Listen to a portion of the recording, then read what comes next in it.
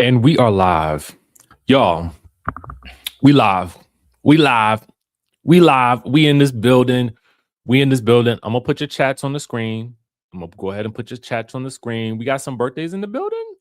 Who birthday? Who birthday is it? Who birthday is it? Let me scroll on up. Let me scroll on up. What I miss? What I miss? Who birthday is it? We got a little birthday in the building. Marsha Thompson. Let's go. Okay, I got you. I got you. Happy birthday, boo. Happy birthday to you. We love to see it. We love to see it. Let the countdown begin. Let the countdown begin like we're beginning this countdown to this Potomac reunion.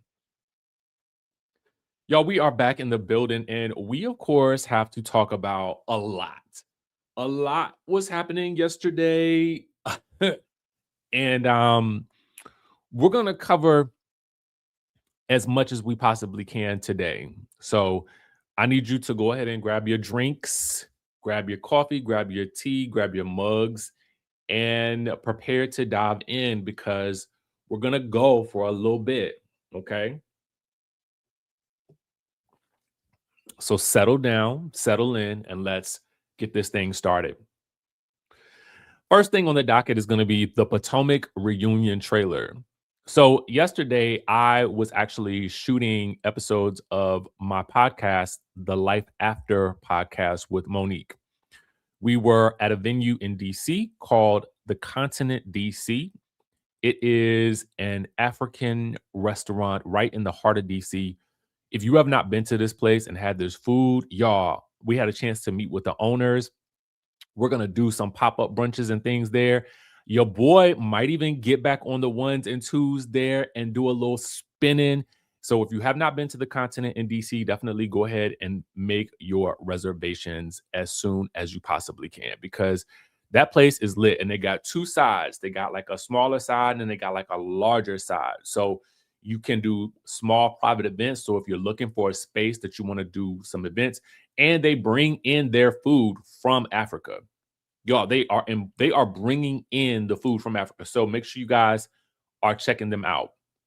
And yes, yeah, I might be back on the ones and twos. We talked about it yesterday, so we're gonna see how that goes. But yeah, man, I might be back at it. So that's why I couldn't do the Potomac recap yesterday. And then there were so many other things happening in the news. So I really just wanted to kind of just wait until today before we got into any of the biz naive. Okay. All right. So let's go. The Potomac reunion trailer dropped yesterday, and I didn't know what I was expecting. And I was kind of like wondering how the Wendy and Karen stuff was going to play out, because Stacey has said that the Wendy and Karen confrontation or dialogue between the two of them was brutal. What's going on, my bro? What's going on? Yes, the Continent in DC. Definitely take your mom, take your dad, take your sister, brother, girlfriend, husband, bae, side, whatever you got. Take them. Okay. All right. So yeah. That's gonna be fun. That's gonna be fun. So, the Karen and Wendy of it all, I gotta go right to this frame right here from our friends over at Queens of Bravo. Like, this frame really, I think, sets the tone for what I am looking forward to with the reunion. I almost feel like if there were an opportunity to do a four-part reunion, I think they've done it before. If they were ever to do it again, I think that this would be the opportunity, because there is so much to discuss, not just what happened during the season, but also too the things that have happened off season have been equally as exciting or adventurous, I should say, with regards to Potomac. So much to discuss. And what we also got to say is that there were scenes with Dr. Wendy and Eddie that did not show during the season. They were discussing their case. but we didn't see them again in throughout any of the season. So what we are going to see is we're going to see some of those scenes that they played during the midseason trailer. We're going to see them during the reunion. We're going to see them during the reunion. Um, Real quick, Latoya, when is the next trip? I got to get back to traveling again. So we're going to Vietnam. That trip has sold out. To God be the glory. Okay. March 14th through the 20th. Then Bali is going to be coming back around. We're going to do a whole different Bali experience. Like, I'm working with a new company. This going to be top tier. We're doing all the things that I really want to do this time, and it's going to be lit. So I will announce that I'll announce that in about a week or two. So be on the lookout for that. All right. So let's get down to it. Karen tells Wendy, "You talking too much, Wendy. I went through it. I know. Follow me here, Professor. Shut the F up." Clankety clank. Baby.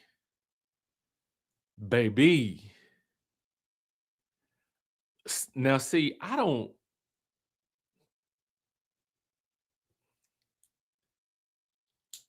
even know what Wendy's supposed to say to that. Now, I would imagine that. So when you see the trailer, they do show some of those scenes that we saw with Wendy and Eddie in the midseason trailer. They've put those in, apparently, the reunion. I would imagine that Wendy and Eddie are following what their attorneys are telling them to say and not to say. I would also have to wonder if they're following more closely what their attorneys say more so than Karen did. But at the end of the day, they are still out and about doing, press for their businesses. Wendy went to BravoCon. She obviously, I think, also filmed the after show, but I'm not sure of the dates that the after show was filmed, so I cannot verify that yet. But once I do, I trust and believe I'll come back and tell you. So, similar to Karen, what Wendy is doing is continuing the promotion of the show, but she's not really too much commenting on the particulars of the case, which is quite different from what Karen did, which is that Karen somewhat outright denied that this was going to be an issue. She was very firm with her that all of this was going to work out and it was going to blow over. It was as if the lawyers were not telling her that this video was going to nail you. And so once we saw said video, then that became the real evidence that, okay, like, ma'am, I mean, Thomas Jefferson. So I think that Karen's advice to her, and I got to hear it all in full because, we don't really know based on the preview. Some of that, they might have chopped up. She might have been telling, Karen might have been telling somebody else to shut the F up. We don't really know. But Karen was definitely in denial. Karen definitely seemed to feel that she would be vindicated with her innocence and that this would all blow over. And I don't know that Wendy is taking the same stance. But again, we have to hear what Wendy says at the reunion to really understand if Karen is justified for what she is saying to Wendy at that point in time. Because we don't see Wendy respond in the trailer. We just see her continuing to cry more tears and more tears and more tears. So I would be interested to see how that is received from Wendy. with regards to the case, with regards to Karen telling her all of this? How will it be received? And what is Karen's general stance towards Wendy, especially after the season that they had previously had? Is it still going to be what Stacey said, that Karen claims that something to the degree that Wendy wasn't a girl's girl and she was all about herself or something to that degree? I can't recall what it was because so much has happened betwixt that period of time and now. So will it be that? And then combining that energy with, girl, I've been to this space that you're in right now, and I know how serious this is, and you need to shut the F up with everything that you're saying about all of this, because all of these things can and will be used against you. Or is Karen saying to Wendy, shut the F up about how much money y'all are spending here, there, and everywhere? Now, if it is that, then that's also a point, because y'all know every single y'all if y'all like me, you were counting every single reference that Wendy made to finances on this show. How much the you know what do you call it, the renovations cost, talking about how rich they are, how much money the businesses were making. The kids were rich. How much we spent on the earrings in the spending circle, which I thought was kind of crazy to me, the little spending circle. So it could be that Karen is talking about the repeated inferences to finances on the show. Because again, I know I was looking at it every time they mentioned it. I'm like, oh God, y'all ain't want to edit that out? Like, y'all ain't want to take that out the show? Y'all, I mean, not that they can save her, because if she said it, then they're probably not. Let me tell you something. They're probably not going to recut these episodes. Okay, they're not going to. I doubt that. Once those episodes are in the can and submitted, it would probably take something real crazy, real crazy, for them to take something out at that point.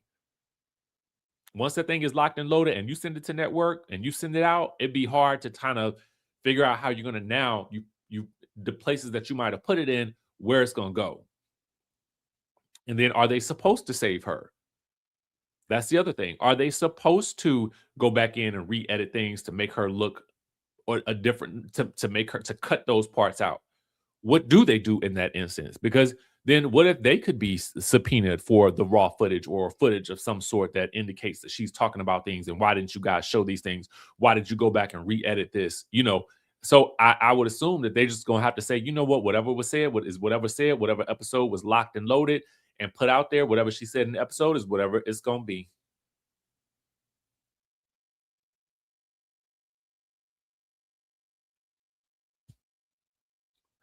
So that's kind of also what I'm wondering if Karen was making a reference to, like, you're talking too much. You're talking about your finances, you're talking about your spending and stuff like that. And remember, it was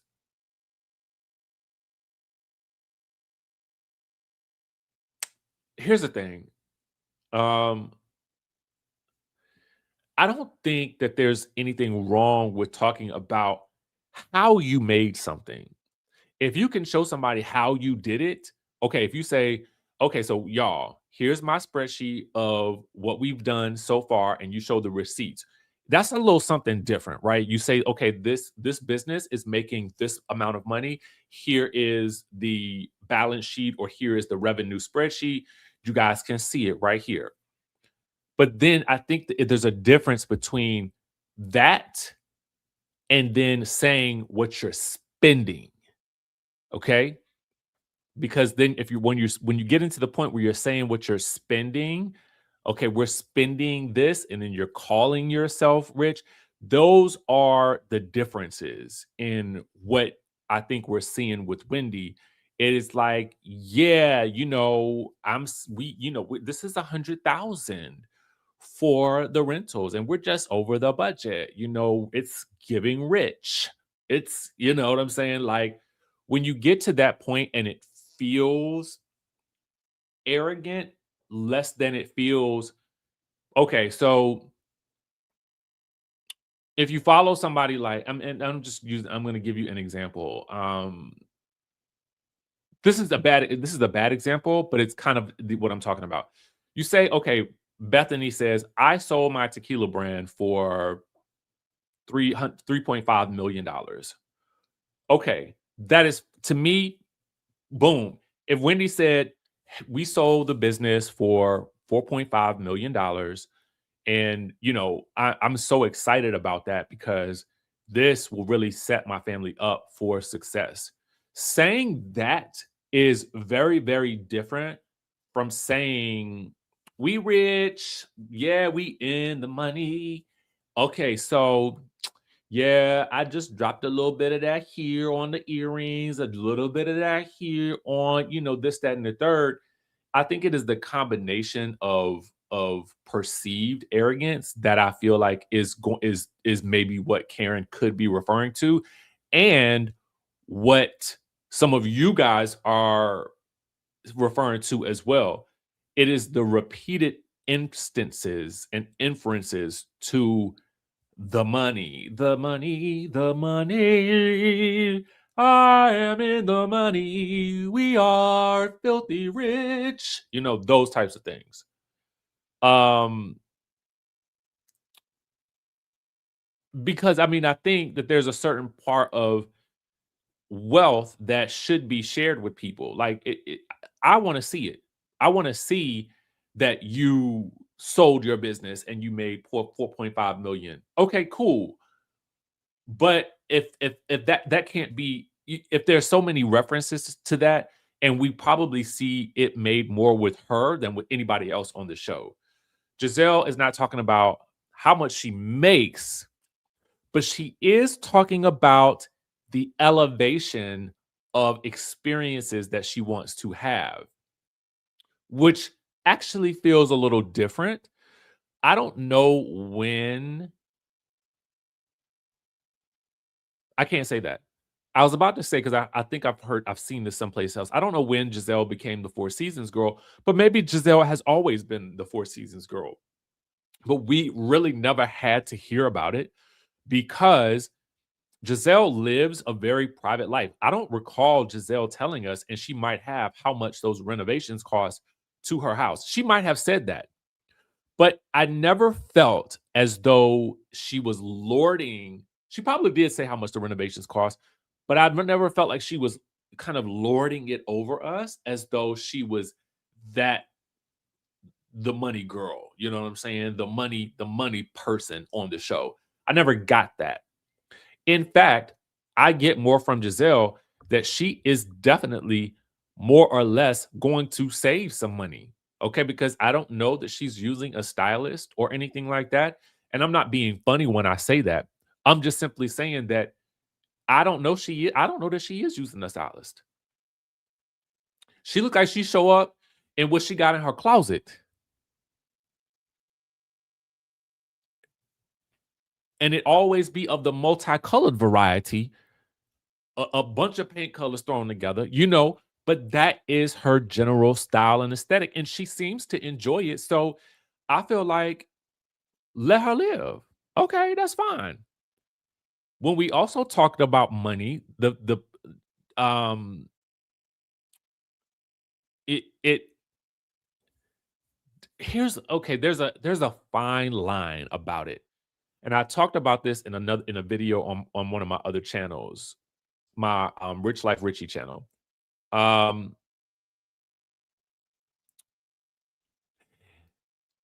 It never sounds like bragging. This is another phrase that I hear people talk about it when you're talking to people who a lot of people who have it.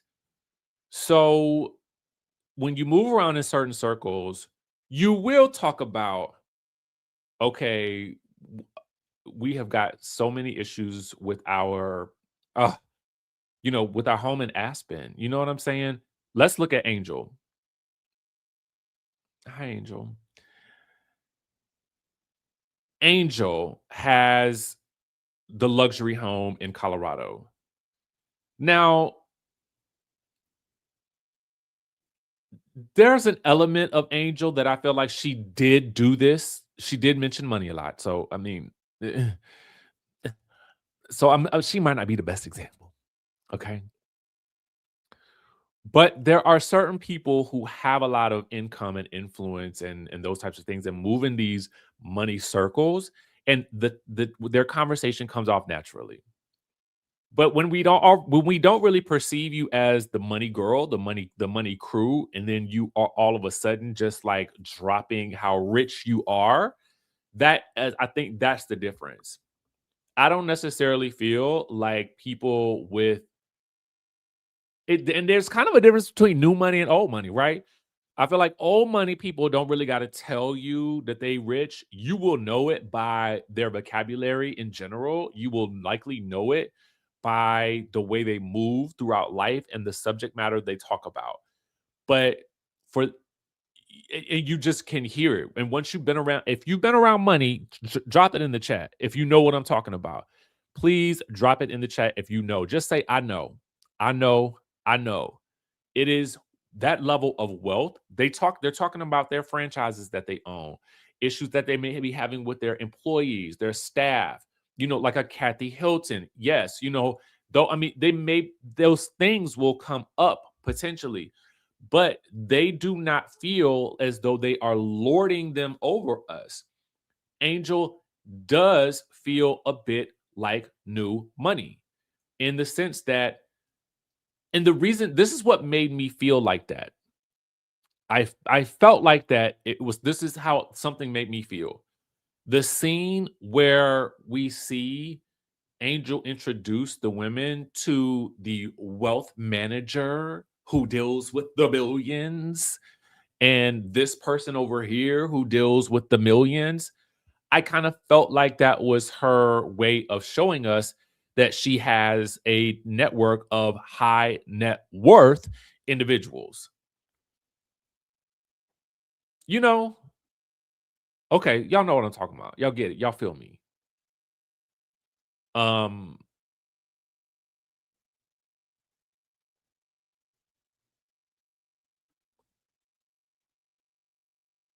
yeah, it's just like, so I don't know. I don't know. I'm gonna leave it at that. So we'll have to wait and see what she's talking about. I'm gonna read you guys the description from Bravo TV on what we can actually expect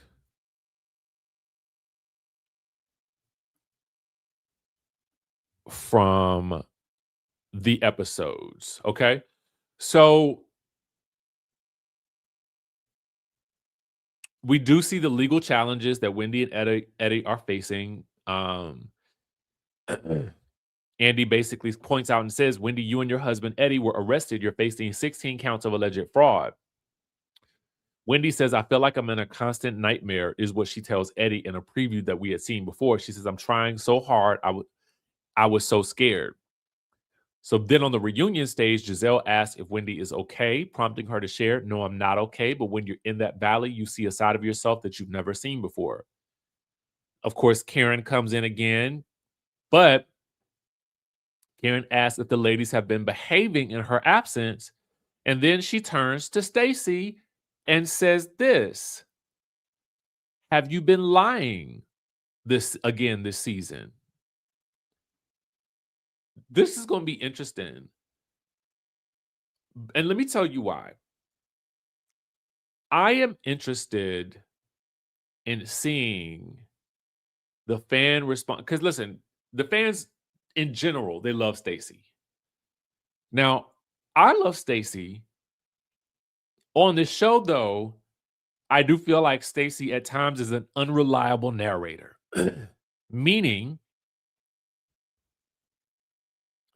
I feel at times that she is telling tall tales, okay?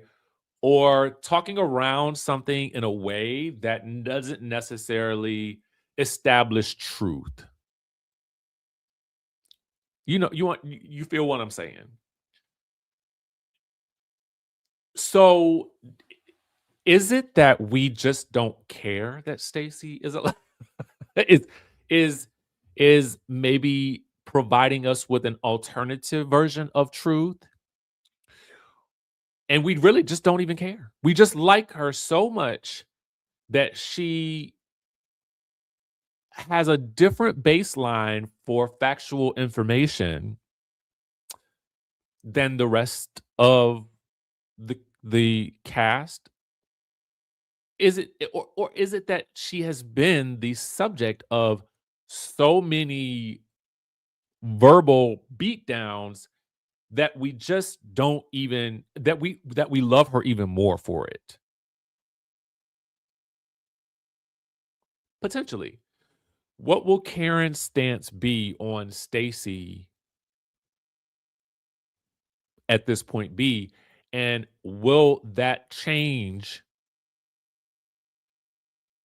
once people's other favorite begins to come for Stacy? People's other favorite being Karen. Because before Stacy, Karen was indeed the people's champ, whether you like it or not.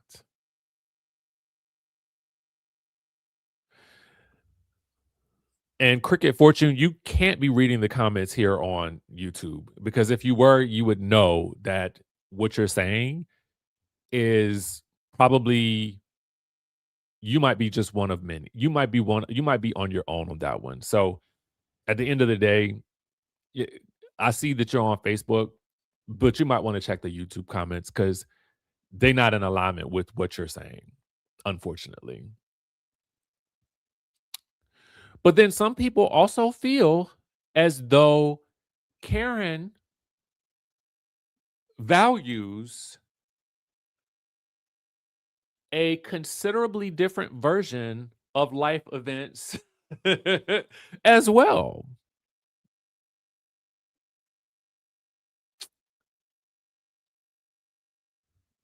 So I don't know. I mean, Karen and Stacy, I think people like them both, and probably for both, don't really mind their sometimes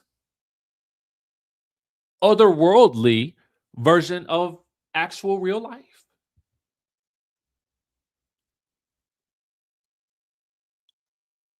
So I don't know.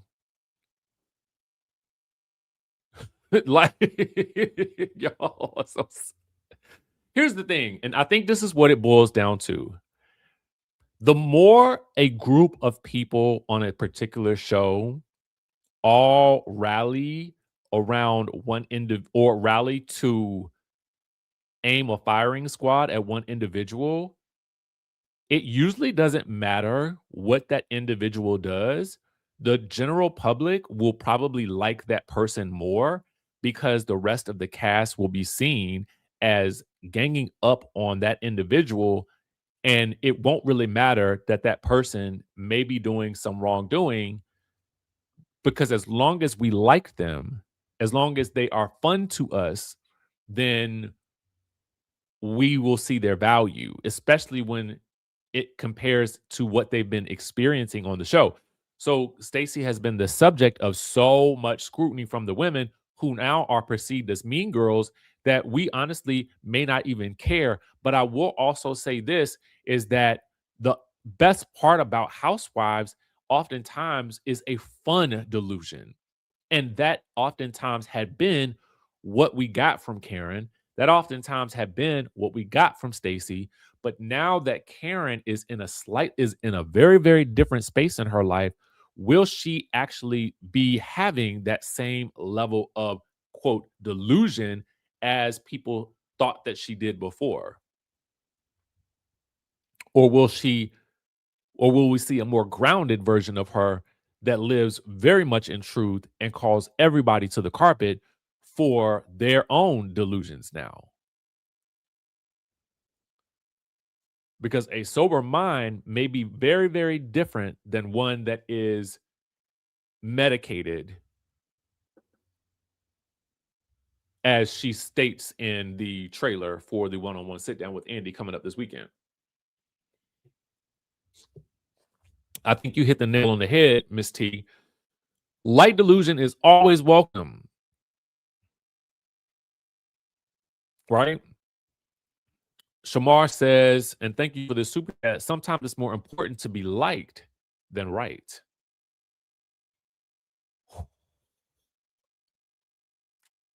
This is a great analogy for things that you see playing out in real life. That's all I'm gonna say.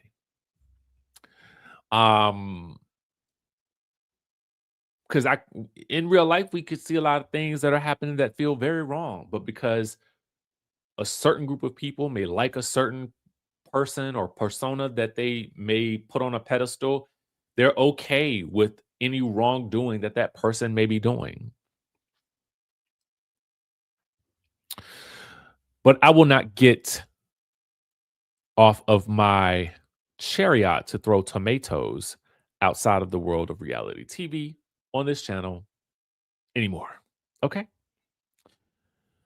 All right. What else? What else is going on in this trailer? You would think it was just Karen, Wendy, and Stacy. But no, the other ladies are indeed present. So let's talk about them.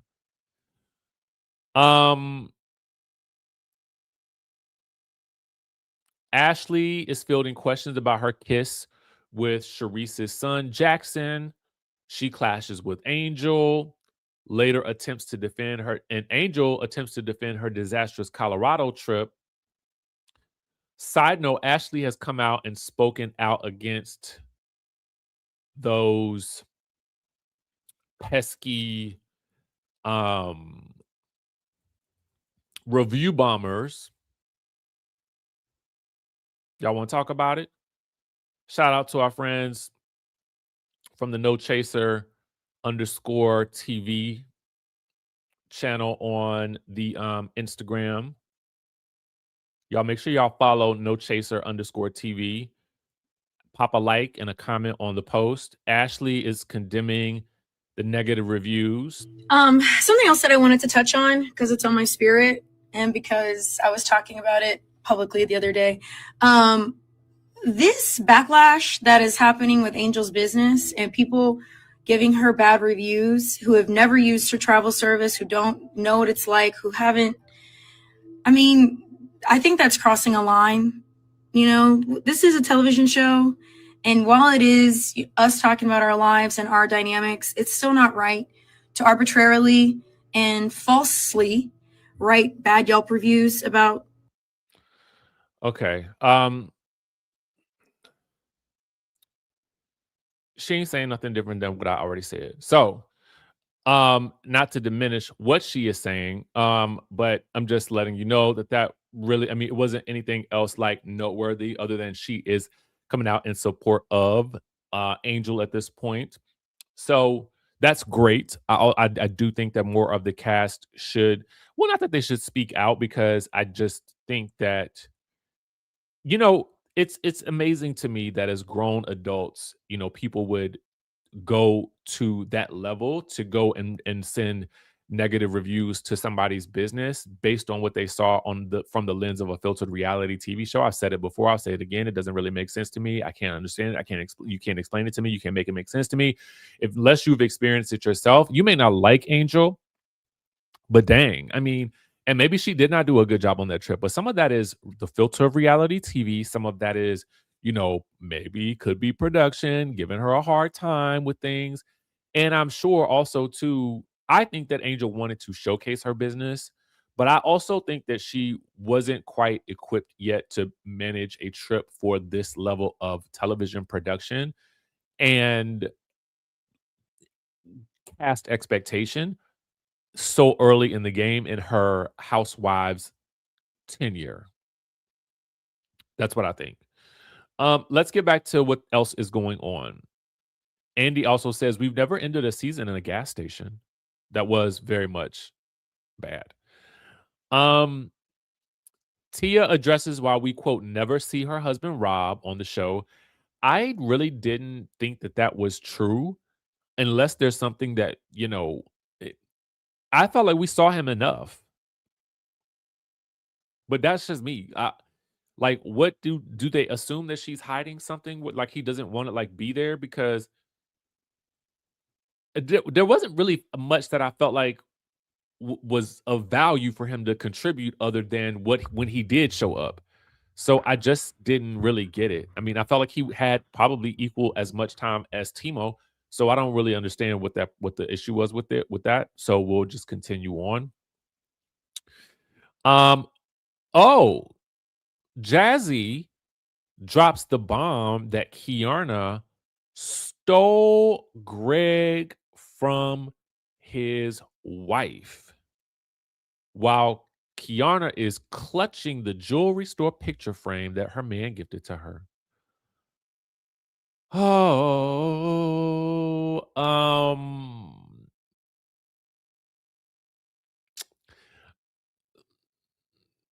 I don't really know much about how Greg and Kiana got together. I don't know that I really care. And it's not that I don't care about their relationship. Don't get me wrong. That's not what I'm saying.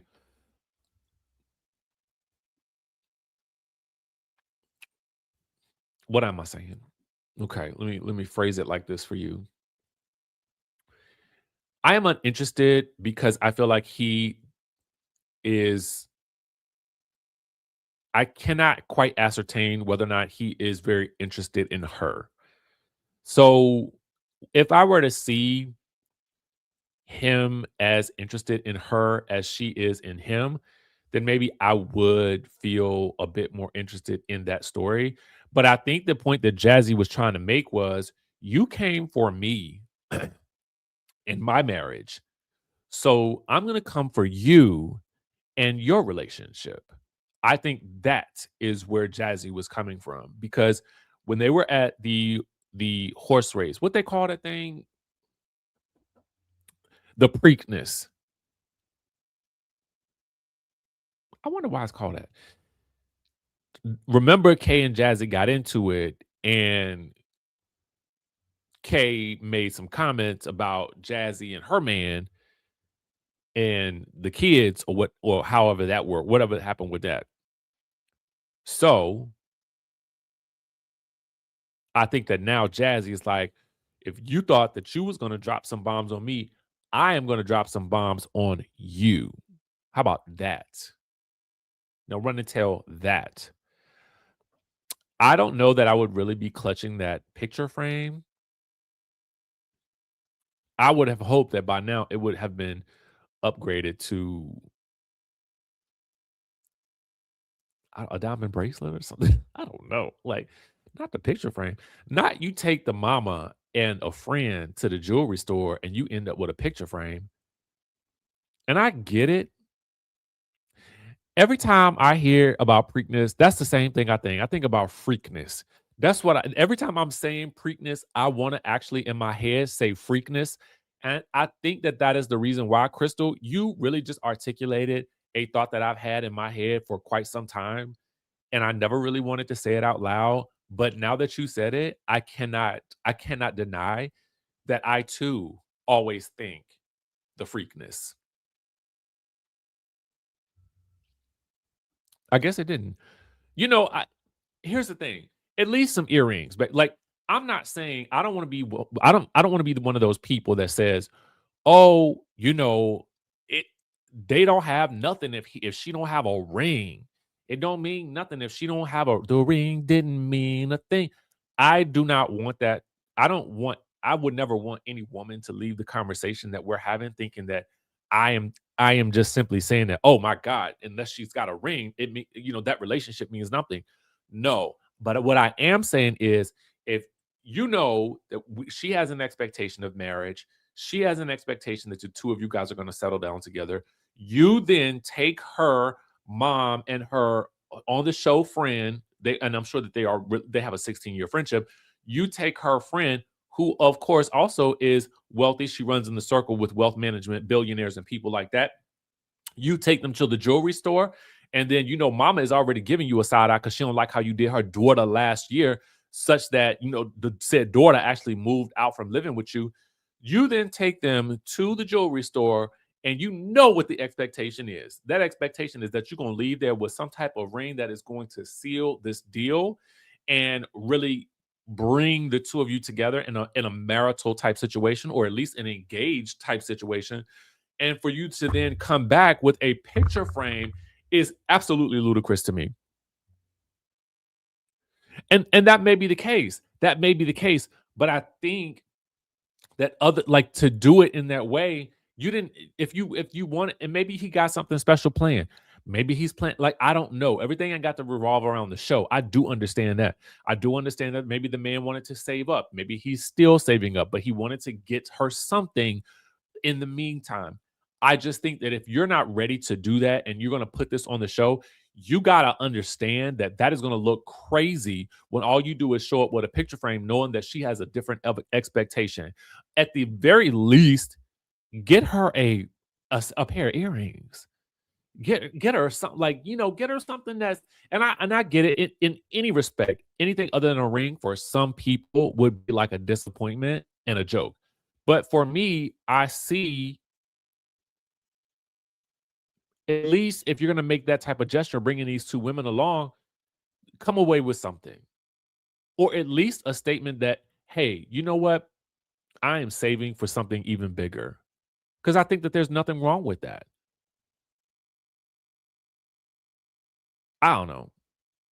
I'm just being realistic, y'all. I'm telling y'all the real. Like, and this might not be the highest level version of myself that's talking right now, but I am talking about the reality of what I know people expect to see. Okay. What else is going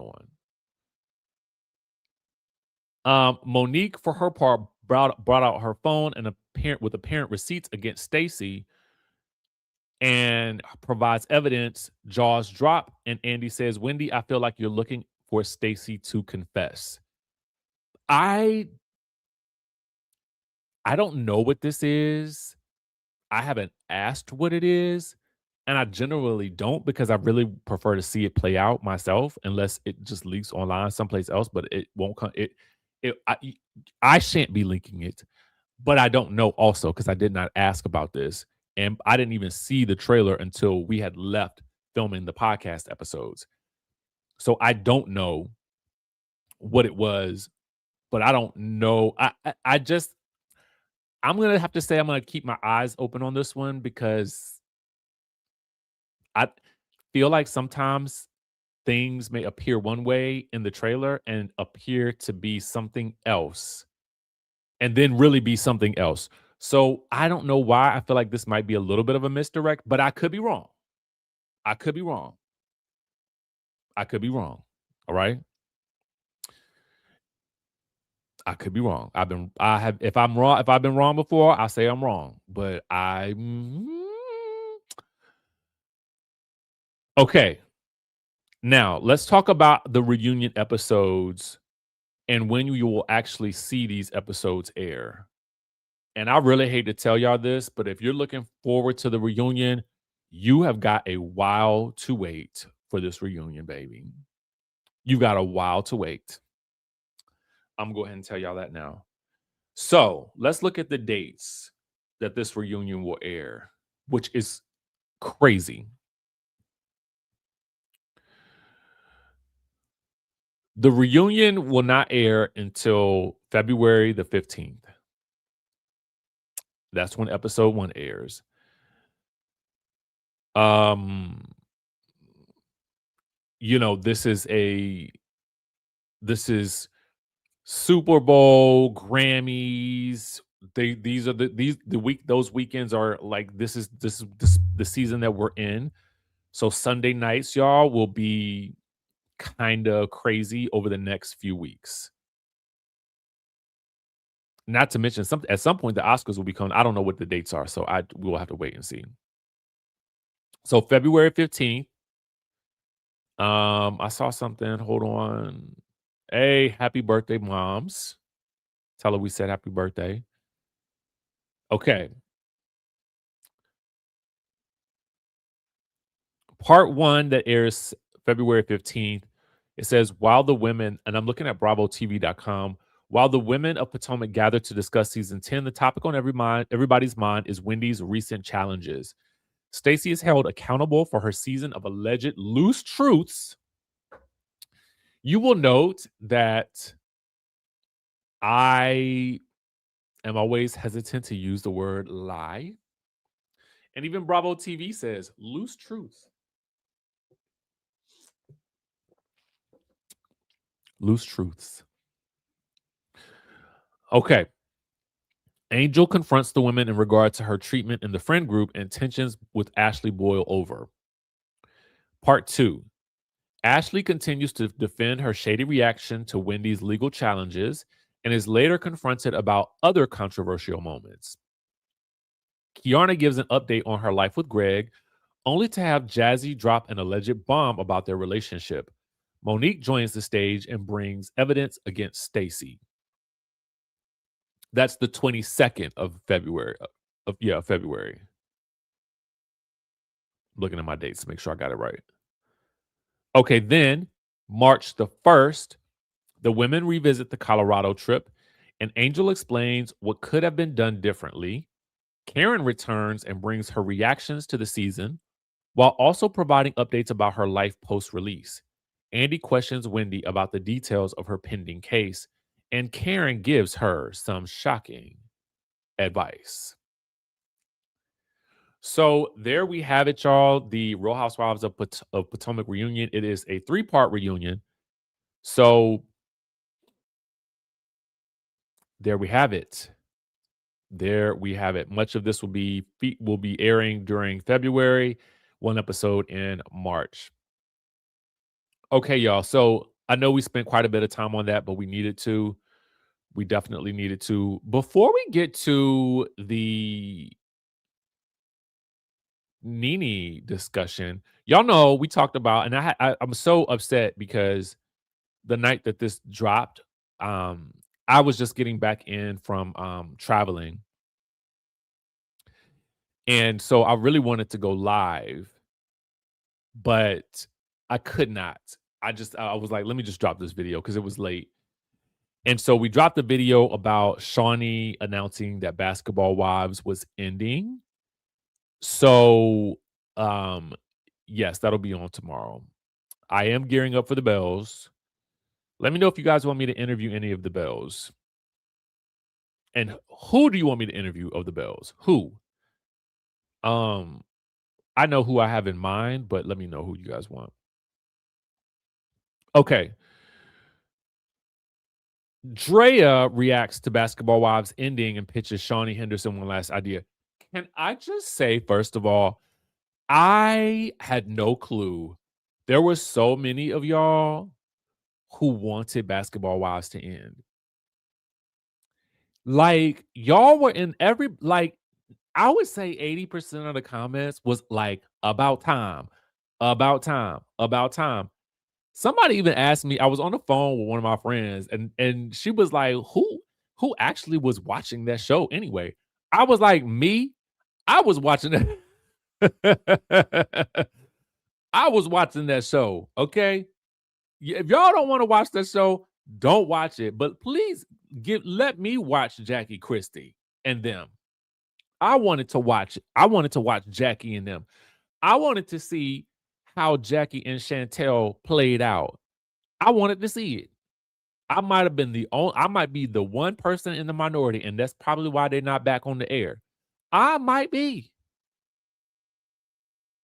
But at the end of the day, I wanted to see it. Okay?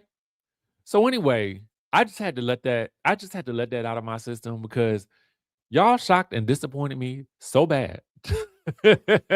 Y'all shocked and disappointed me so bad. So I was like, was I the only one? Was I? Thank you. Thank you. Let us live. Crystal, why don't they let us live? You know? Thank you. Thank you for that. I mean, I appreciate it. But I got to give me something so I can review it. So I can tell y'all about it.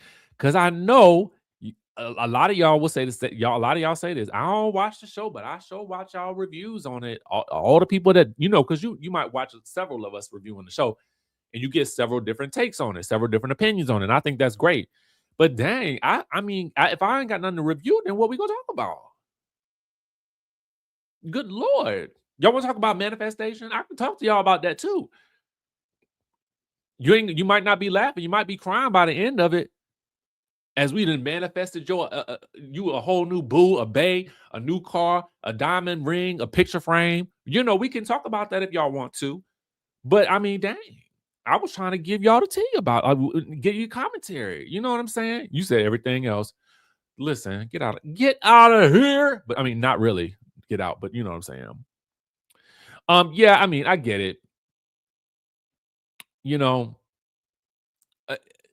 I feel like to a certain degree, I kind of outgrow a lot of the shows that we talk about, but I like talking to y'all. So it's kind of like, okay, well, let me watch this show.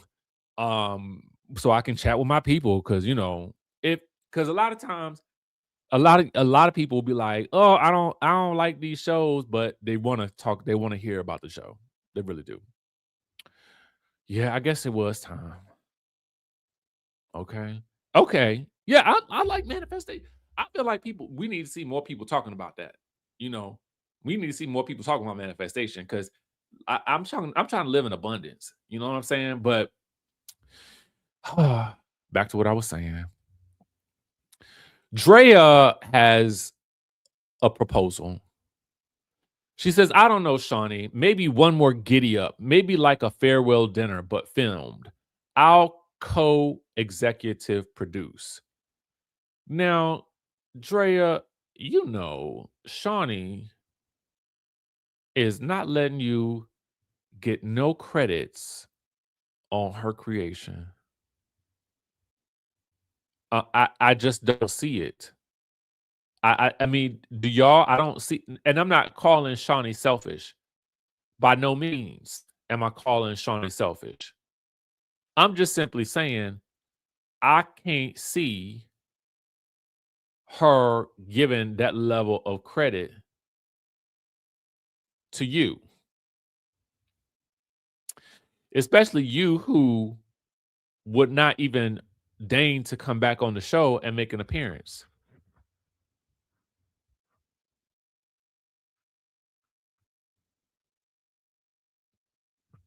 You understand what I'm saying?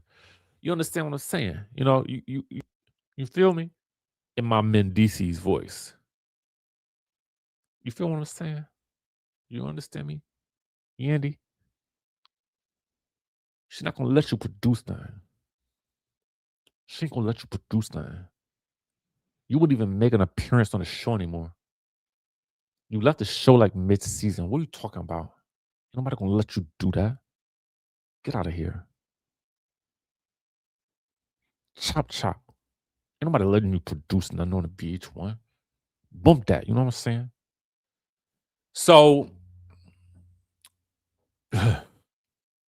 no. I just don't see it. I like Drea. I do. I like her. I wish she hadn't left, but I get it. It's time. Sometimes it just be time. Sometimes it's time.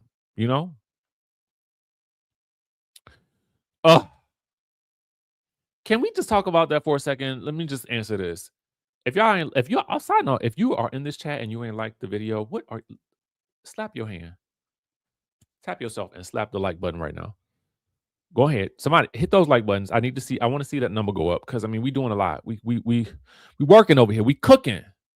I'm cooking over here. Okay. On a Saturday, I'm just cooking. I'm over here cooking, stirring it up. All right. I don't know when Young Famous, like this show to me, I don't know what they be doing. Netflix will take 5 years to come out with another season of a show. I mean, unless the name of your show is The Night Agent or The Lincoln Lawyer, those shows come out every year. But my God, today, and Annie is like making a comeback right now.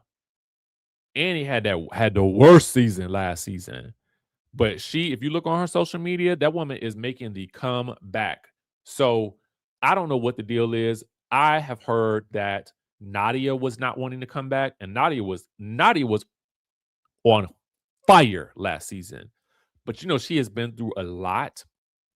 So I can see her not coming back.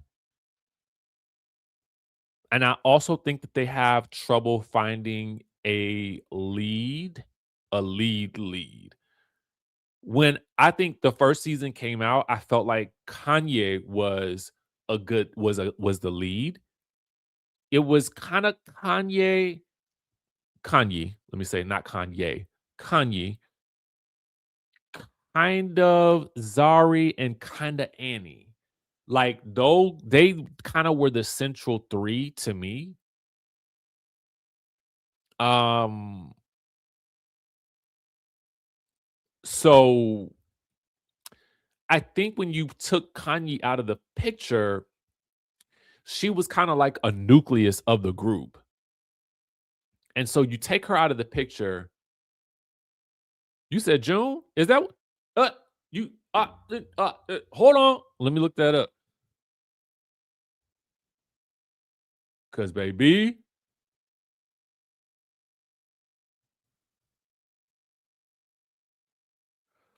All right, it's currently in production. New cast members include Kanya Kangisa, Prince KB, Kid Waya, and with Diamond Platinums confirmed to return.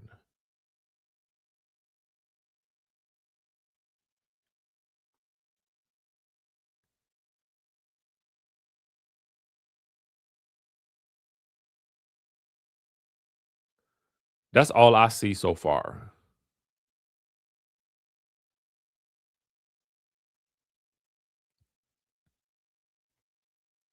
And then Glamour South Africa, South African actress and media personality, Kanya. This is her right here.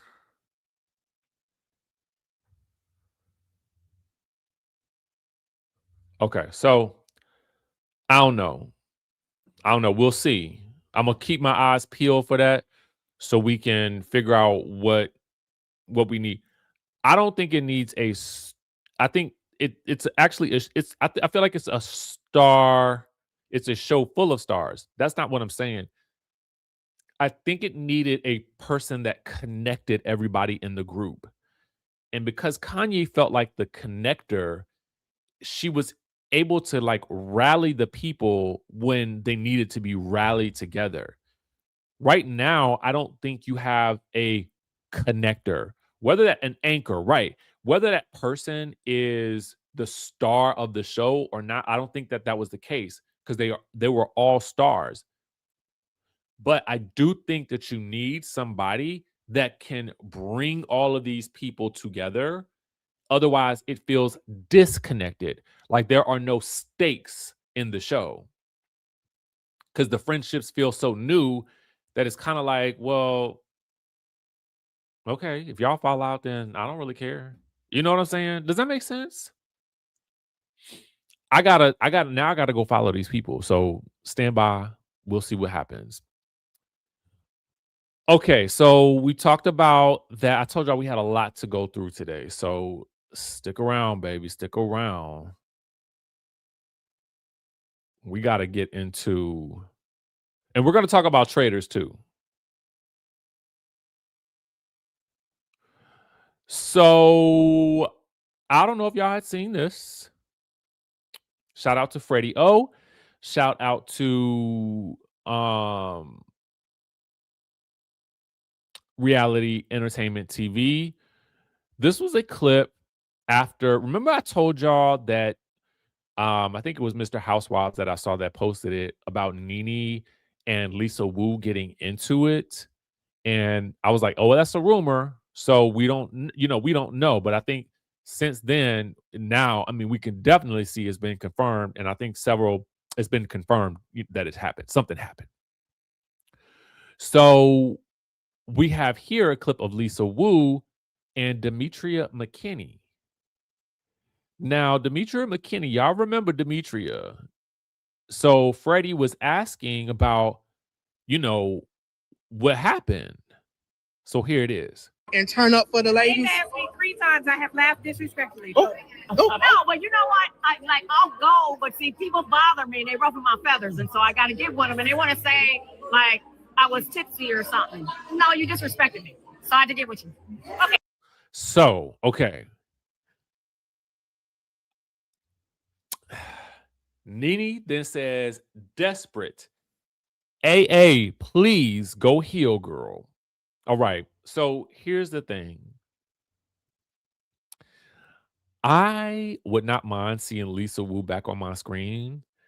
I think that this is what has happened with Housewives today. And it is the reason why I think that it doesn't feel as zany as it used to, is because we don't have people who are kind of loose with the talk like Lisa Wu. Lisa clearly feels a certain type of way and has felt that way for a while. So I'm going to show you guys something to jog your memory.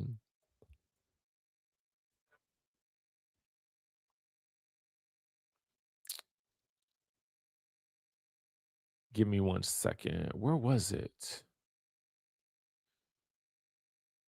Oh my God. It was a clip of, remember Carlos King's podcast, but it was actually featured on,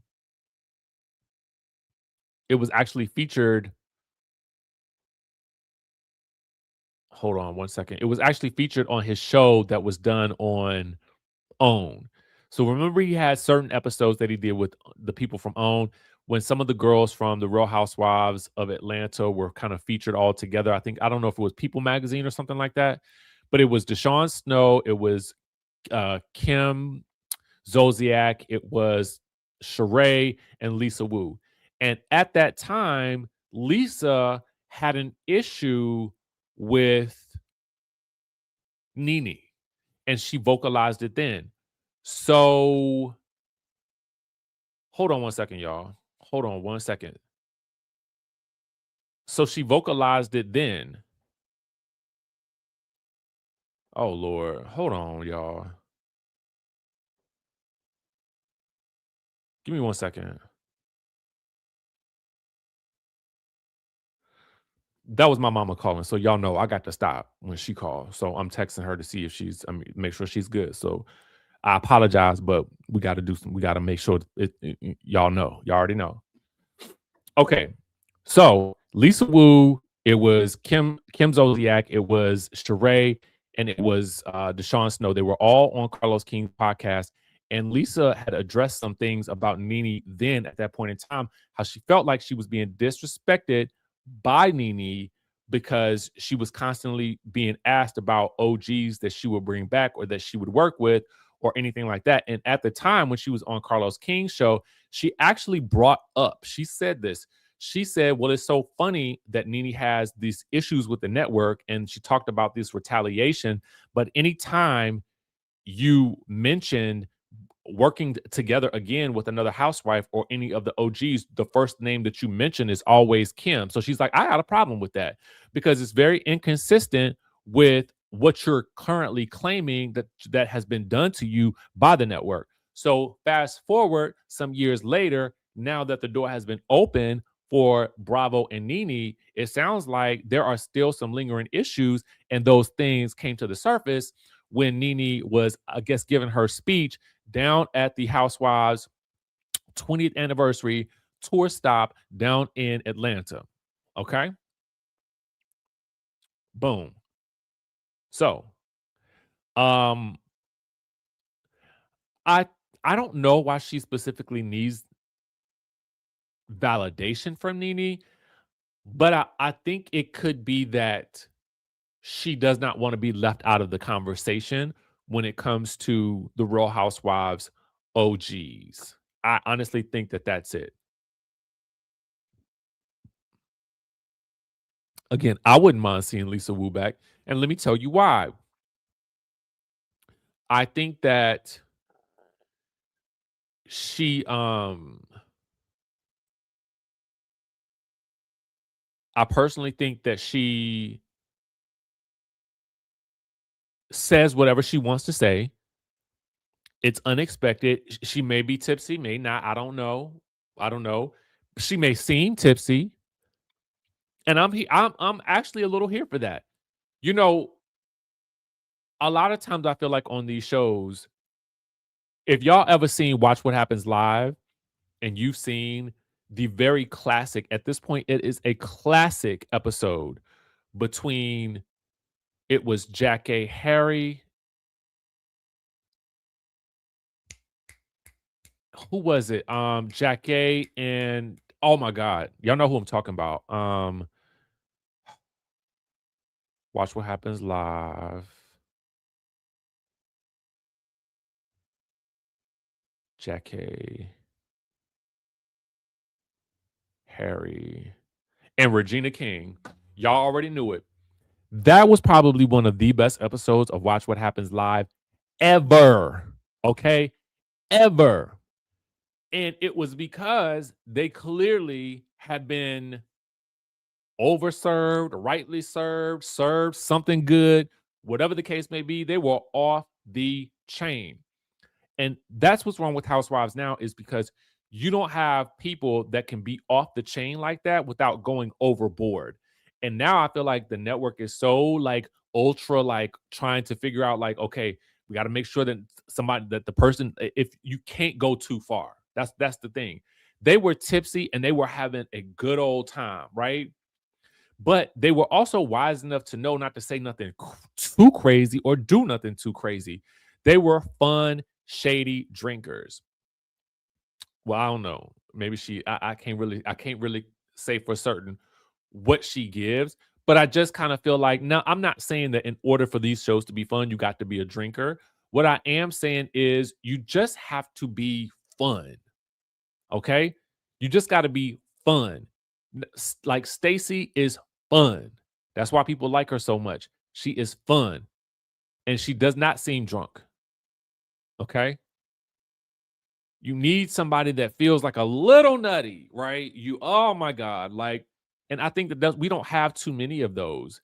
A lot of people on the shows now, they just feel so, oh my God, I just want to appear glamorous and put together. And I just, and that's all I'm going to give you. I'm not going to give you anything more than that because I don't really want you to know anything about my real life. So what can we stage over here to make something shake? Okay, we'll have a dinner party and I'll confront you about a rumor everybody just made up. All right, got it. Okay, we'll do that. Okay, and then we'll fuss and we'll fight. Yep. Okay. But do not say nothing about this, that, or the third. And if you do say something, which the person will, then they're gonna feel like, oh, well, you took things too far. Okay, now I'm actually really mad at you in real life. Oh, you're trying to make another story up. Oh, I'll bring up this story from 2 years ago. How about we do that? I think that's what you're seeing a lot of right now. You're seeing a lot of that right now. And that's what the audience, we can see right through that. We see right through it. And then it just feels like, what are we doing here? What are we doing? Now, again, there's a fine line between that. You can't be Dorinda level drunk because that's no fun. Well, it is until it's not. Okay. And that's just like with drunk people in real life. They are so fun until they're not. Until they're not. Okay. So, there is that. There's a fine line that you got to walk.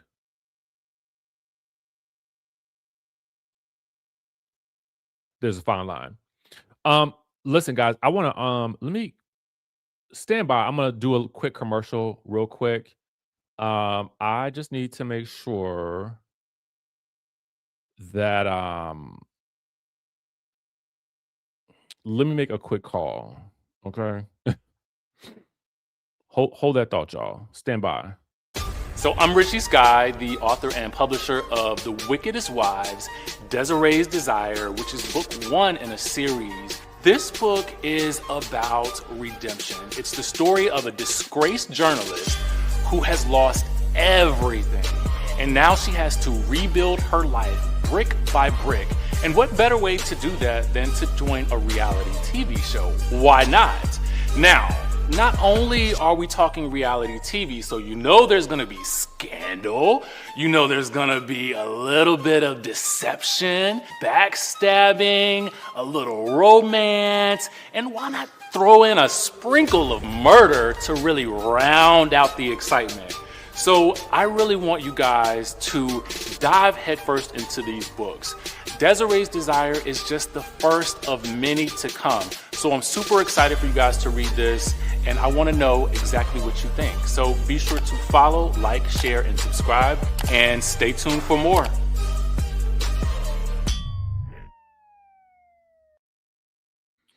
Okay, y'all. Thank you for hanging in there with me. I really appreciate that, y'all. I do. I really, really do. I had to just make sure everything was good. Everything is fine. So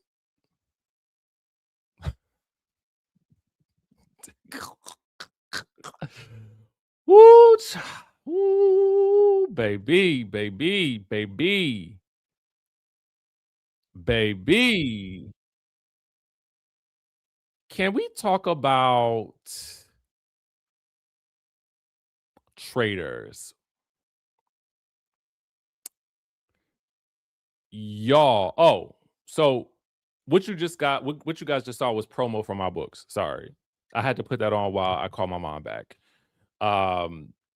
This is book 1. It has a new cover. As you can see, the colors are, the book is shiny at this point.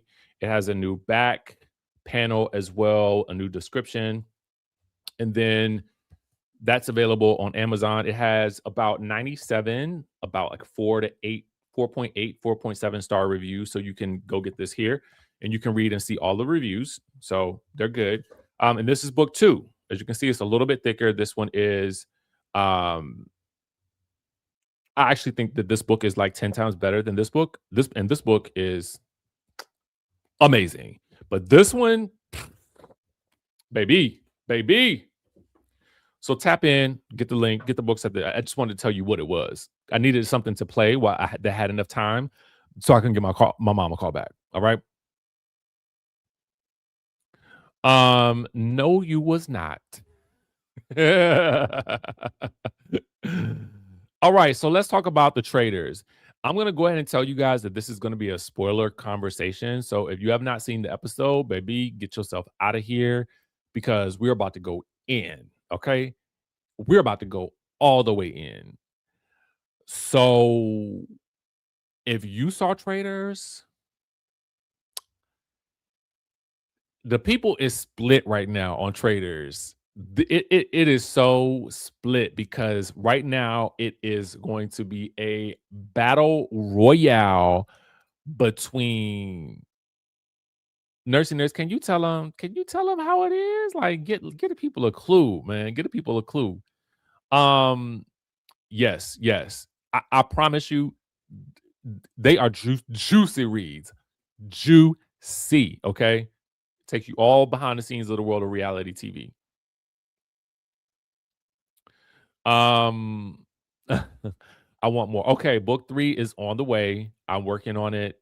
Stand by. It's taking me a little longer. I want it to be good because I gotta wrap up so many storylines, and it's like that's a challenge. Yeah, Candace and Rob. A lot of y'all feel like Rob is playing the game like a traitor. But I feel like they could have gone so much further together. And I think that he was never actually even interested in trying to figure out a way to save Lisa Rinna. Now, y'all got me. Thank you. Yes. Go ahead and grab them and let us know how you like them. I personally feel like Rob went down this road way too soon, because I think he could have played this so much smarter and better by turning attention elsewhere.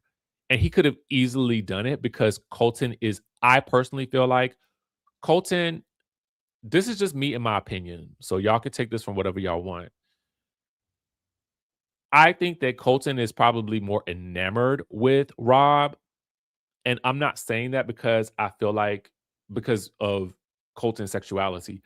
I just feel like there is something that he's enamored by. I feel like a lot of people are enamored by Rob for some reason. For some people, it could be his looks. For some people, it could be the Southern charm of it all. For some people, it could be because he seems so laid back and he seems so friendly and down home that they just don't see it. They can't see past that to see that he is playing everybody. Okay. He is playing everybody. So he tries to make it seem in his confessionals like he just has this bromance with Colton and he has this bromance with the singer boy. And, he has this sort of bro sister mance with Maura because they come from a similar style show. But I really think that at the end of the day, he is playing all of them. So to try to make it seem like, well, these are my people, at the end of the day, they're not because you're lying to them too. You're lying to them too. And had he not moved so fast to try to eliminate Lisa at the first sign of danger, then I think that his name would have never come out by his name would have never come out by Candace. And I love that Candace was like, you know what? You want to play this dangerous game? Now I'm going to play this game with you. So now that you are now that you completely thrown Lisa under the bus, and when I tell you he threw her, when I ain't seen nobody. I mean, not since Giselle turned on Robin like that. Well, she didn't turn on her, but she showed it, throw that dump trunk over her. I ain't seen nobody turn their back on somebody as fast as he turned his back on Lisa, and he went in and after her. Okay, he went all the way in and after her. So, all of y'all who are running around here defending him, Maura, Colton, Singer Boy, and whoever else you got under your spell, he is playing every last one of y'all like fiddles. So I don't care what he says in his confessionals about, oh my God, I'm thinking about my relationships. I'm thinking about the friendships that I've built.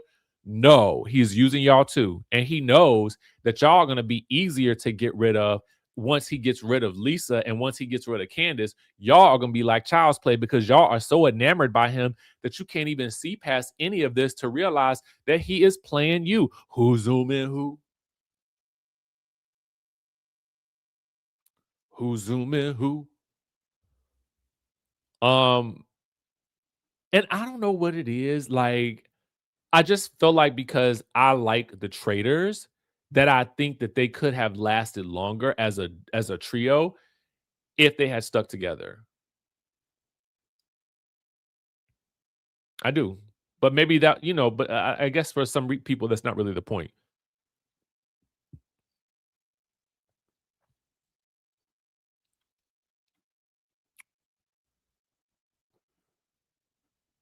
That's not really the point. So, yeah, yeah, definitely given snake-like behavior. And I do want to say this. Alan was on, I don't know what show he was on. He was teasing that this was going to be the most epic episode ever.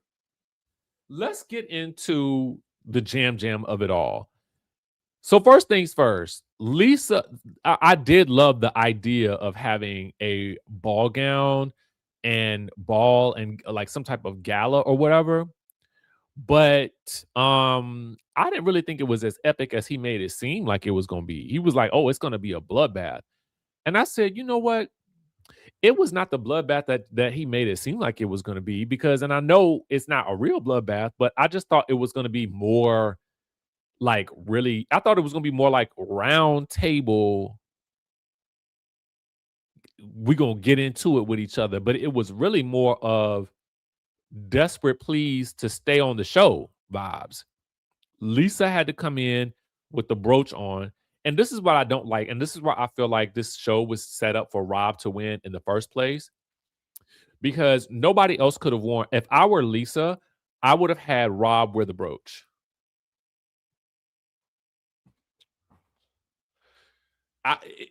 For me, if I were Lisa and Candace, I would have, because here's the thing. Nobody was suspecting Rob. Nobody. But Lisa's name had already come up. So if I'm Lisa, the last thing I'm going to go into that turret and do is say, I'm wearing this brooch. No, I am not. No, I am not. I am not wearing this brooch. You've already got people saying my name. We're supposed to be protecting each other. Rob, you wear the brooch. You wear it. How about that? Lisa Rinna, while she played the role of a traitor very well, she did not do. She was the worst at defending herself. She was the absolute worst. There is no way on God's green earth, if they're saying my name, what am I going to volunteer to wear that brooch unless I'm going to get the person out of the game that I need to get out, which is Colton. I would not have worn it. I don't care if it made more sense for me to wear it. I don't care. I'm not wearing it. Rob, you are the person that is least suspecting right now, so you wear it. You wear the brooch. Period. Because I ain't going to do it. I'm not going to do it at all. And for all of her promises to go down fighting, I mean, the best she did was her posturing in her outfit and getting Jam Jam to quickly fix her brooch for her. Personally, I felt like, okay, cool. I mean, I was hoping that it was Natalie, to be honest with you. Because, and then Natalie to me,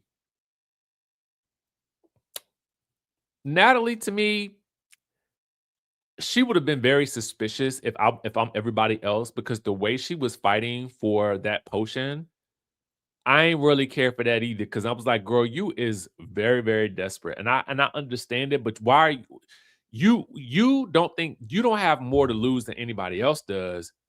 But I guess I can't be mad that she fought for it, because I mean that's what you're supposed to be. You fighting for your life at that point. So I get it, but yeah, I don't really care for her. So she's not really that exciting to me as a player. It's like I'm excited by who I'm excited to watch every week, and she just doesn't excite me to watch. And they've done nothing to give her much excitement for me. So yeah, I would have been like, okay, Natalie girl, can you fix my brooch or whatever? But I wouldn't have worn it if I was Lisa. So I wouldn't have been in that position. I would have walked into that dinner and I would have just been like sitting there chilling. No way, no how. I wouldn't have worn it. Somebody else, get somebody else to do it. I'm not going to do it. So when Jam Jam is revealed as the person who was murdered, and he began screaming for his life, Lisa kissed me on the cheek. She kissed me on the cheek. She kissed me on the cheek. It was Lisa. First of all, I am shocked that they let him even say anything as he's being ripped away from the stage, never to be seen or heard from ever again on this show, in the castle as a traitor, hopefully. Listen, no shade to Jam Jam. I didn't really see it for him, but that's all I just don't understand how, as somebody who got the boot, was he able to then yell out loud to the people? I guess maybe that was supposed to be the bloodbath of it all, but I was just kind of like, y'all muzzle him on the way out, because this is all too much.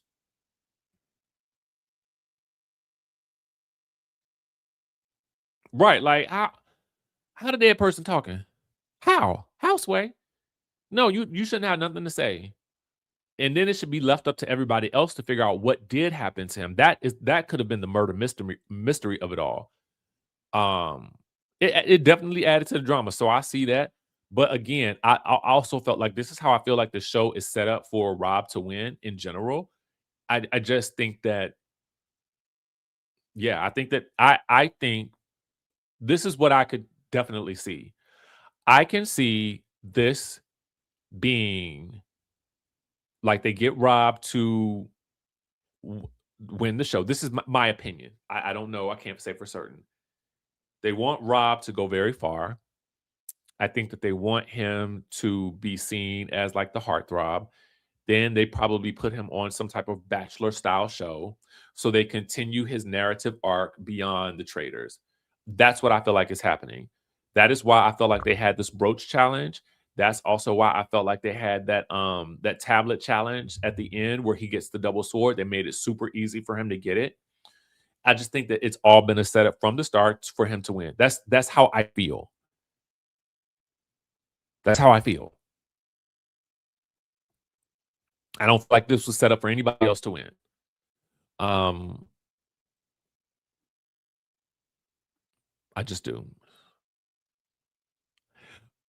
Side note, I was here for Dorinda at the round table giving it to Maura because I like Maura. I feel like I love how she dresses. Maura shows up, okay? Maura is probably one of the best dressed people in the house, hands down. But the fact that it was a kiss, and this is again Lisa Rinna's fault. Lisa should have been like, I kiss everybody. I either air kiss you or I kiss you. Like, I mean, like, what is the difference? I've done that to everybody. Y'all talked about the turkey, but everybody ate the turkey. So what are we doing? She's just like, but I didn't kiss him, girl. It doesn't really matter. You go to air kiss everybody. That should have been the only thing that you should have stated. And you should have went harder at Natalie because Natalie was definitely trying to go hard at you. And I would have been like, Natalie, girl, you're the one who said you murdered people. And so you didn't hear that from me. The girl heard it from you too. Tara heard it from you. Y'all don't want to get her out because y'all have y'all and her in this a little alliance for whatever reason. And I would have mentioned exactly what Steven came back and said. Y'all got an alliance and y'all are not telling who won that double sword. So somebody in your circle actually has a double sword and somebody in your circle is likely the traitor because they want to be able to have all the power and y'all have given it to them. But see, I feel like these people don't be thinking when it comes down to the round table. Something happens to certain people when they get to the round table and they just lose their sense of self-defense, self-preservation. She over there crying and things and talking about, I didn't do it. It wasn't me. And it's like, girl, stop it. Just go reverse, turn the tables and put it back on somebody else. It's that simple. It is that simple. Like, what are we doing here? You want to come at me? Okay, I'm going to come back at you. It is what it is. She keep talking about all this stuff. Well, y'all want me to be a housewife? You want me to be a housewife? Well, girl, show it to us. Pretend she was Kathy Hilton. Go there. If you really want to do it, pretend she was Kim Richards when you broke that glass and you was about to snatch her neck. Go there. Channel that, Lisa Rinna. Because at the end of the day, what you're doing right here is weak. And y'all, I don't know why nobody else at the table caught Rob echoing Colton's statements about how he viewed Lisa Rinna, the iconic, the legendary, the iconic. They both said the same thing. What are y'all, Bopsy twins now? Y'all got one brain? Is y'all the unibrain? Like, why are y'all saying the same things? Nobody's peeping that. Nobody's thinking to themselves, oh, one of y'all got to be. Y'all are too much in alignment right now. The two of y'all are saying the exact same thing. So either one of y'all is a traitor and the other is not, or both of y'all are traitors. What is it going to be? Is something there?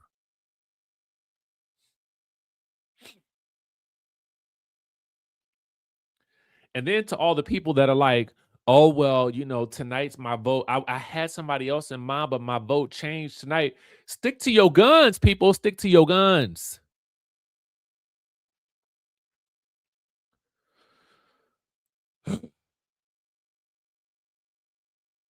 But I was here for Dorinda giving it tomorrow because she was absolutely correct. Like, she was wrong. Mara is not the traitor.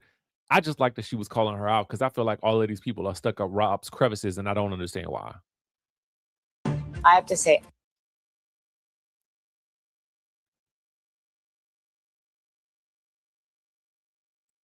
this was the highlight of the episode for her.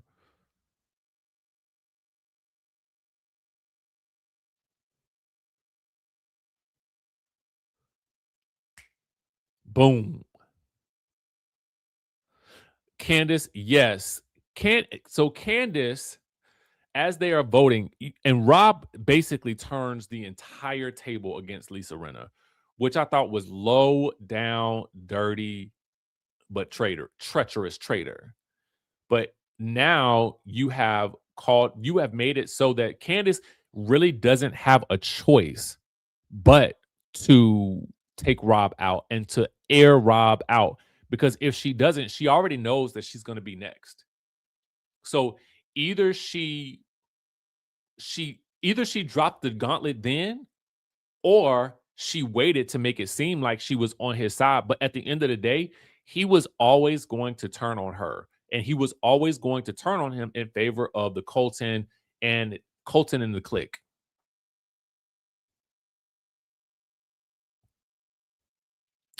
My problem is Kristen is she too scared to really do much. Her and Johnny Weird, they're too like I don't know why they're so like, they just feel like they all feel like really weak to me.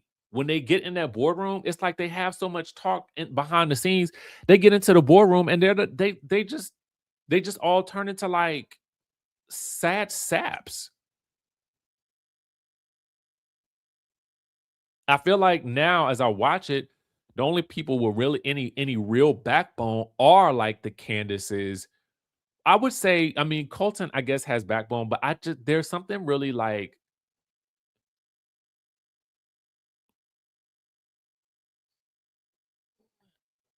there's something slithery about Colton that I just can't figure out. I don't know. I just, I can't. It's just me. But here's the thing. What I didn't understand also, too, I got Queens of Bravo was on it with this post. You know, Rob says in his confessional, Candace, you're going to write my name down as a hint to everybody that I'm an effing traitor. Why would you do that? But Rob being upset that Candace is going after him the way that he just went after Lisa is wild to me. Like, how are you going to be mad that she did to you what you just, for the past 2 episodes, have been doing to Lisa Rinna? Make it make sense.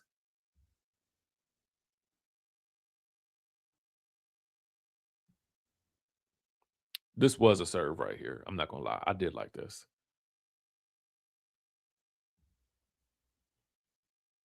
So, man, the Traitors, it unfortunately has me in a chokehold, y'all. It does. It has me in a chokehold. And you're right. I mean, it could be it probably will not work to Candace's advantage because Rob has the daggers, Rob has Colton and the clique, and he just has too much behind him. I also think that the show likely favors him. It just I can't. I know I shouldn't say that because I don't want to put this on production, but it just feels like it couldn't have been set up for anybody else to win. Like, it doesn't feel like the show was set up for any random winner, like any random person. But we still have episodes to go, so we still have to wait and see how it plays out. But if Rob wins, it's not going to be the surprise or the victory that I think everybody will think that it's going to be. At this point, honestly, I hope Colton does turn on Rob because I'm more mad at Rob than I am Colton. Mary Duda says he was the producer pet on Love Island too. It's given that. It's really given producer pet.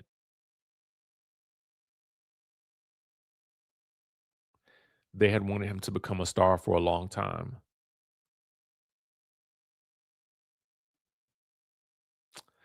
I mean, I guess. I just feel I can see it.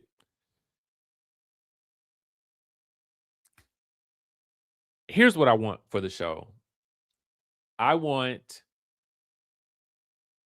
the Traitors to go far because they're interesting to watch. It's interesting to watch them try to maneuver through all this. But if they don't win, I'm not mad at it. But if the faithful catch people, I would love for them to do it in a way that feels actually organic. But I guess until you're in the situation, maybe you just don't ever know. You can't really see the forest through the trees because you're just trying to follow your instincts. But they be following all the wrong people. I'm like, y'all about to follow Colton right off a cliff. Now that I told y'all every episode, Colton wakes up from a wet dream and it's like, who's it going to be today? Today, it's Steven. Guys, don't you think that he's weird now? Now that I think he's weird, don't you think he's weird? Guys, look out for Steven. Look out for Steven. It's like, bro, like what?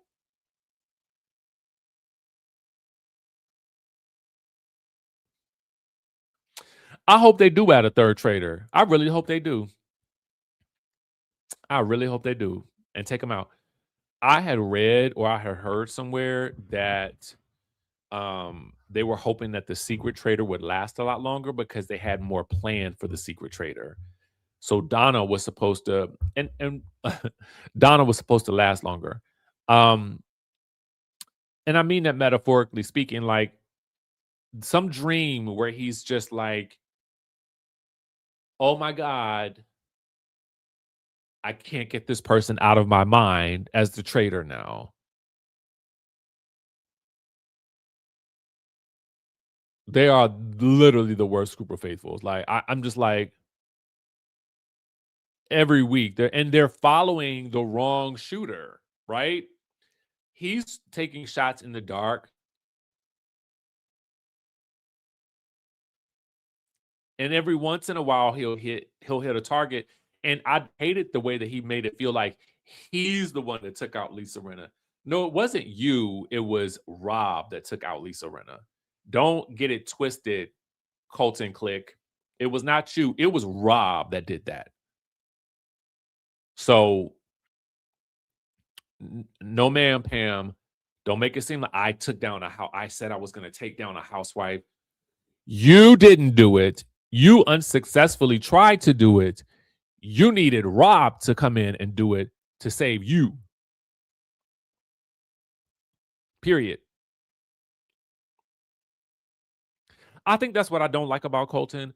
I feel like he is unnecessarily arrogant with his gameplay.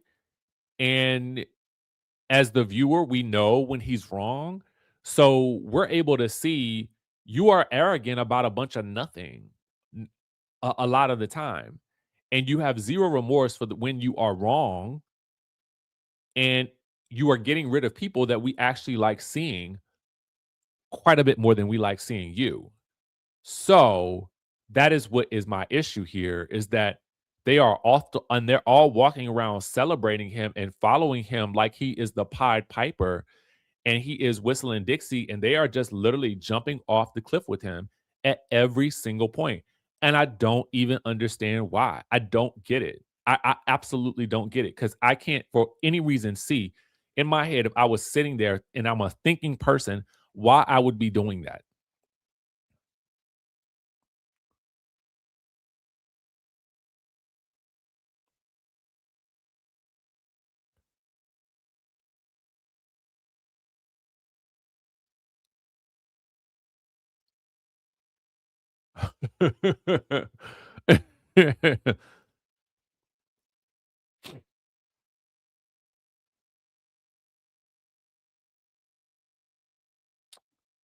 What is BB?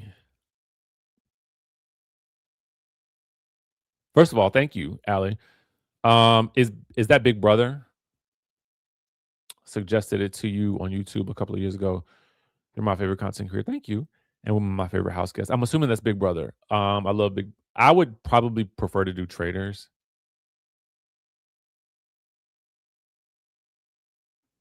Oh yeah, I'm sure he is. I feel like only other show that I would cast Colton for is House of Villains. Okay, Big Brother.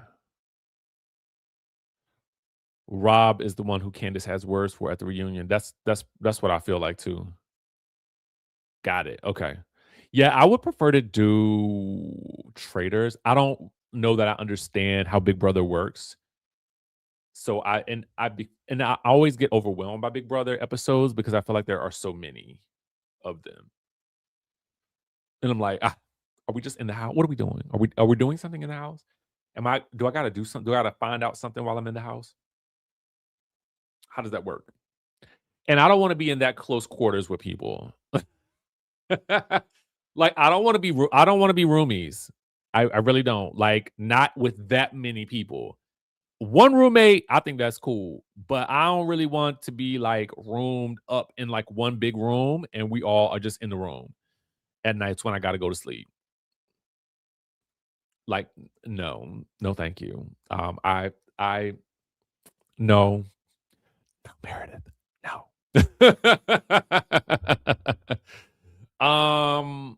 Yeah, I think I would be more aligned with the Traitors because you know I,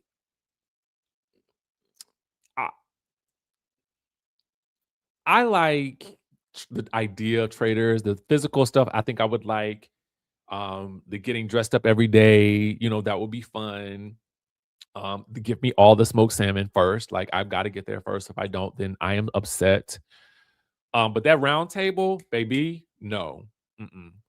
And they probably cut a lot of round table out. So ain't no telling what be going on at the round table. But let me tell you something. If you coming for me at that round table, then I can definitely turn that thing back on you. And I ain't got to insult you to do it. That's the thing. I can take what you actually do. I don't have to take what you look like. I don't have to take what you did off the show. I can take what you did today.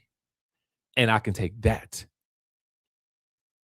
and turn that thing around. Because I don't know what Lisa was doing at that round table. Am I going to audition for it? I don't know. I keep seeing it pop up on my Instagram. So, and I've seen somebody tag me in a post on Instagram about Traitors. And I'm like, I don't know. I don't know. I would like to go to, is it Scotland? I think that's where it is. I would like to go there.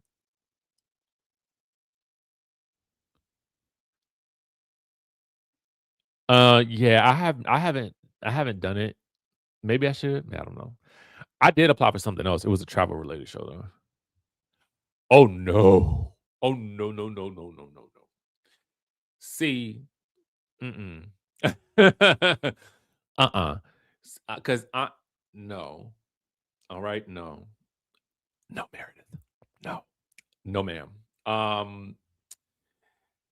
Listen, I'm not fighting nobody. Like it just ain't gonna happen. Like that to me, like they come out of the room swinging, and I don't even believe you may not even know why they're swinging on you, but I don't know that I feel like ducking and dodging every single day for my life. No, I just don't think I'm not as fast at bobbing and weaving as I might have used to be. Um, you know, mm-mm.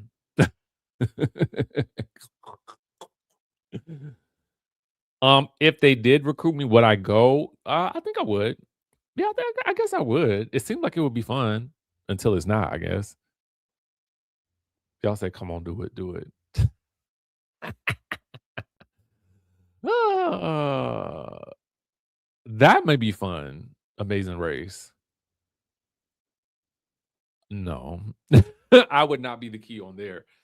Um, I would be calling the police. I don't know. I don't really know. I just feel like they'd be swinging, and it's just too much. It's too much chaos for me. I think it would disturb my spirits more than anything else. So, I don't even think I could host it. I think I would. Y'all would see me disassociating because I would have to take my mind to someplace more peaceful. Put me on an island somewhere. You know, just put me on an island. Yeah, that would be the Traitors would be more my speed. Yeah. It seems fun. I like mysteries. I like trying to figure out, who did it, who done it, or whatever like that. But I would rather be a traitor because I think they have more fun and they have like better roles. I feel like the faithfuls, they be getting on my nerves, to be honest with you. Like, I'm like, I don't want you to figure out who the traitors are. Stop it. Stop trying to do your job. Like, they're fun to watch. And then the faithfuls, they just be like getting rid of the wrong people all the time, which is also great too, because I want the traitors to go. I mean, I don't want the traitors to go. So it's kind of a catch-22. Did they bring Fear Factor back? Oh, I might do that. I don't know. They be up. I do not like heights. I do not like heights. Now I will do things that are that are up high, but they be climbing up high. and dangling up from up high. And I don't want to dangle. No. No, Meredith. No.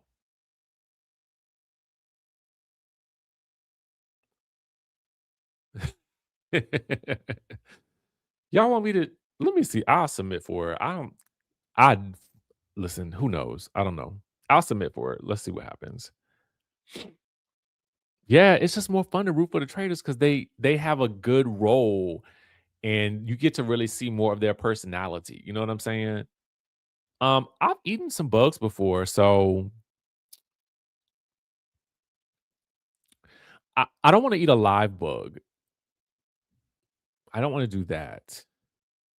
But in my travels, I have eaten some bugs. Oh, side note. Oh, okay.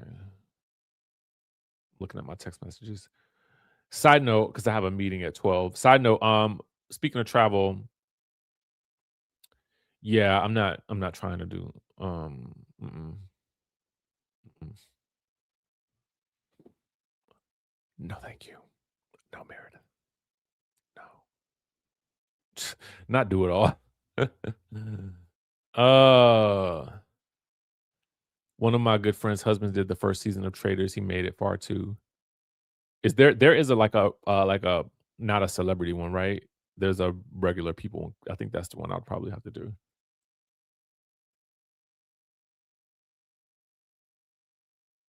I don't think I want to be on the thing.